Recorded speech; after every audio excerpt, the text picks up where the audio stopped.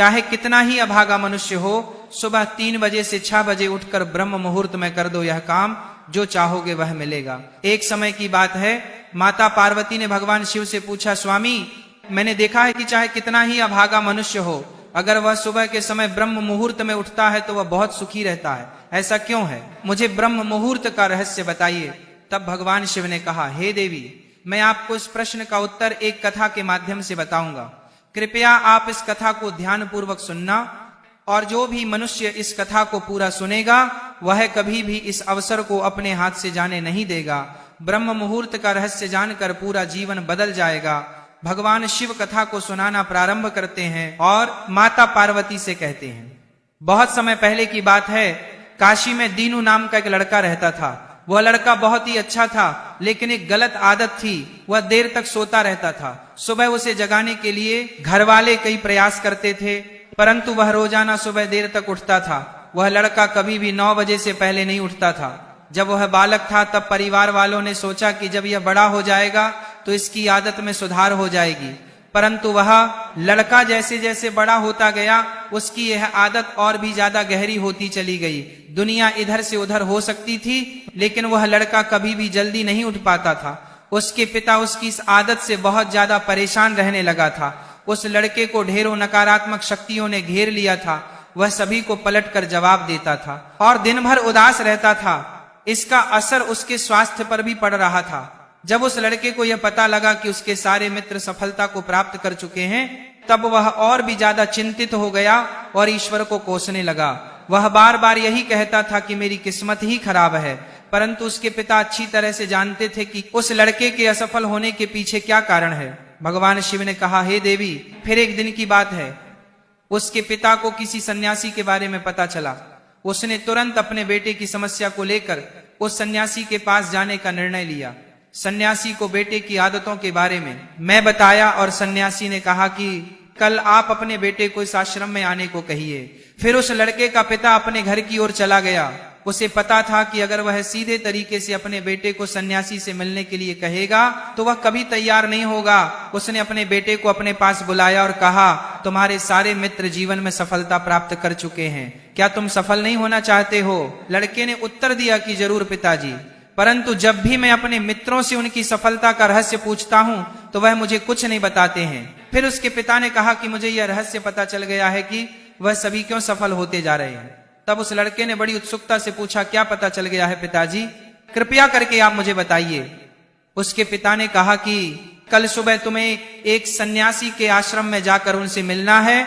यदि तुम वहां पर समय से पहुंच गए तो वह सन्यासी तुम्हें ऐसा मंत्र बताएंगे जिससे तुम सफल हो जाओगे, परंतु एक समस्या है। लड़के ने कहा कि पिताजी, मैं कल पूरी रात जागता रहूंगा और सुबह सन्यासी से मिलकर आऊंगा। उसके पिता ने कहा कि ठीक है, तुम वहां जाकर उस सन्यासी की आज्ञा को मानना। पिता की बात सुनकर वह लड़का बहुत अधिक खुश हुआ। जीवन में पहली बार रात्रि में वह जागता रहा, परंतु थोड़े ही समय में उसे नींद आ गई और वह सो गया। फिर अगली सुबह जब वह उठा तो उसे पता चला कि सन्यासी से मिलने का समय समाप्त हो चुका था। उसके पिता ने लड़के की तरफ देखा और कहा कि तुम जीवन में कभी सफल नहीं हो पाओगे, जाओ और जाकर सो जाओ। पिता की यह बात सुनकर उस लड़के को बहुत दुख हुआ। उसने मन ही मन स्वयं को चुनौती दी कि कल सुबह वह सन्यासी से मिलने अवश्य जाएगा।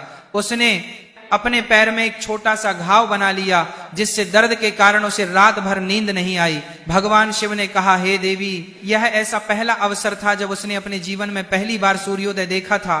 वह तुरंत ही तैयार होकर सन्यासी से मिलने के लिए चला गया। आज उसका अनुभव कुछ अलग ही था। वह बेहद शांत महसूस कर रहा था।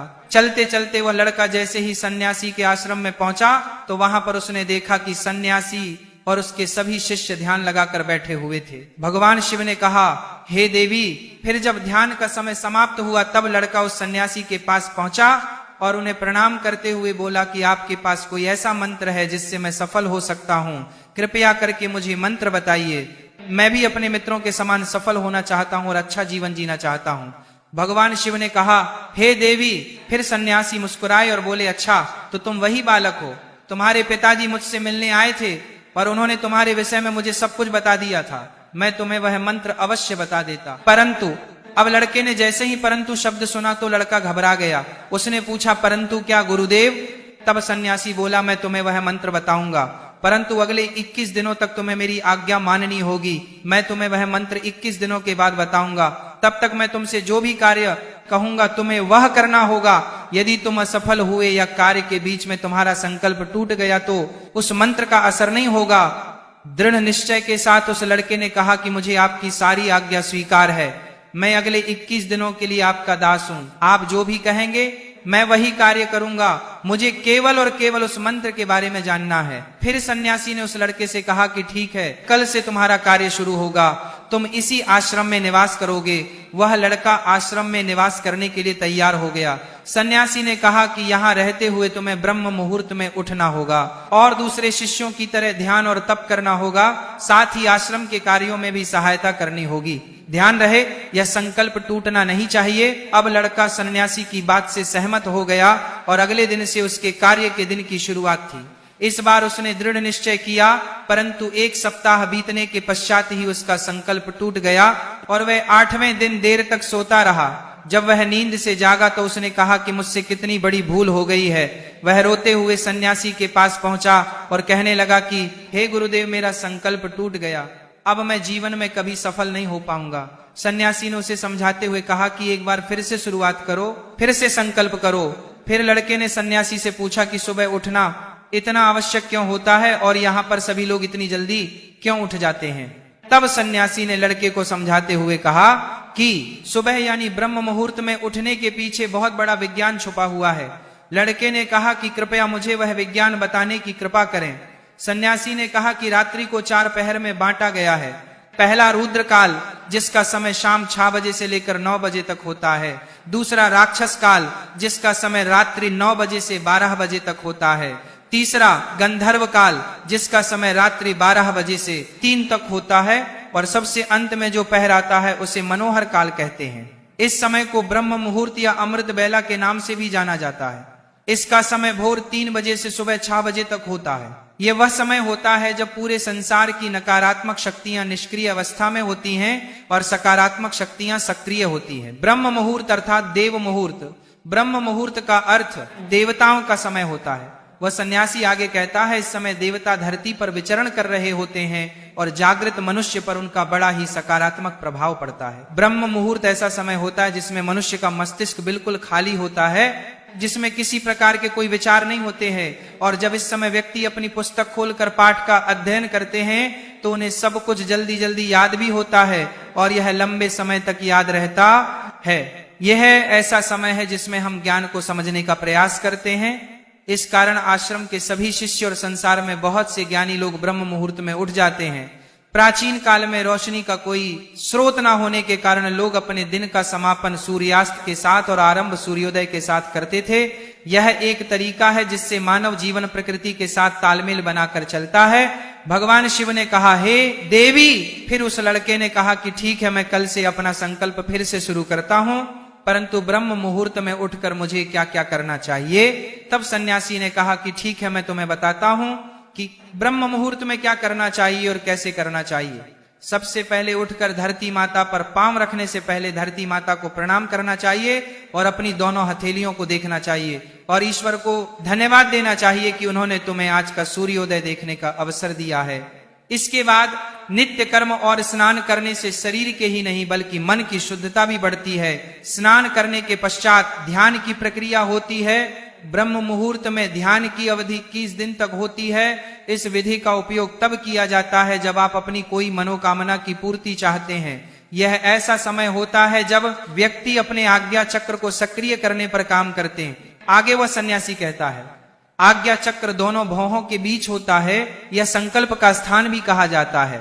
अगर इस चक्र पर ध्यान केंद्रित किया जाए और अपनी मनोकामना को बार बार दोहराया जाए तो मात्र 21 दिनों के भीतर वह मनोकामना पूरी हो जाती है।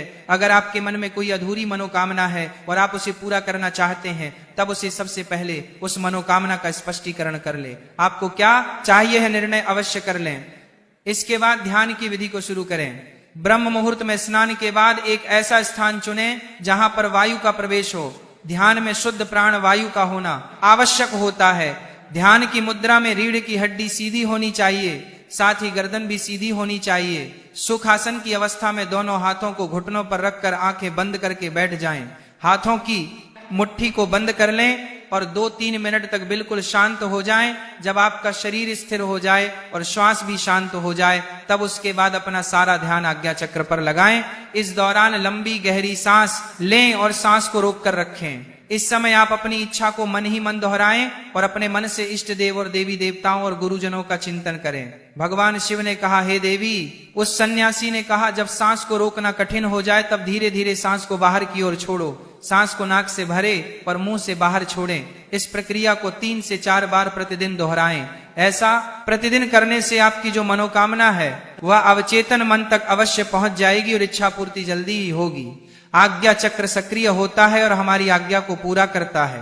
सांस को रोक कर रखने के दौरान शरीर में आपातकाल की स्थिति हो जाती है, जिससे कि आप बेकार की बातें सोचने और विचार करने से बचते हैं। ब्रह्म मुहूर्त के समय ईश्वर की विशेष कृपा होती है और कोई भी व्यक्ति अपनी मनोकामना को इस समय दोहराता है तो